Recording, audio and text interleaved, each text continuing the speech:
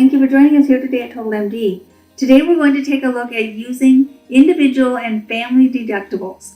The first thing you'll do to enter a deductible into a patient is go into their patient demographic screen, and then you'll go to the insurance information tab. You'll see that there's an area for an individual and a family deductible. So we're just going to enter their deductible in here.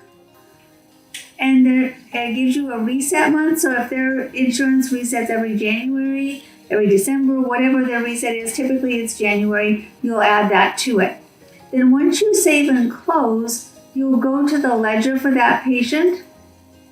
Up here in the right-hand corner, you'll see that they have a deductible of $250 and a family deductible of $500. If you had more than one patient from a certain family, you could keep track of the family deductible as well. Now, once you go in and apply a deductible to something, it shows up differently in the ledger. So let's go in and do a new insurance payment for this patient, put in the amount of $50, and then go ahead and distribute it. That will bring up that insurance information. We'll come in and put the deductible amount of $50 right here, and we'll post and close. That will give us this message here that the payments have posted on claim number 175. Then once we close the screen, when we come back into the ledger, you'll see that there is a applied deductible amount of $50. So that is patient responsibility.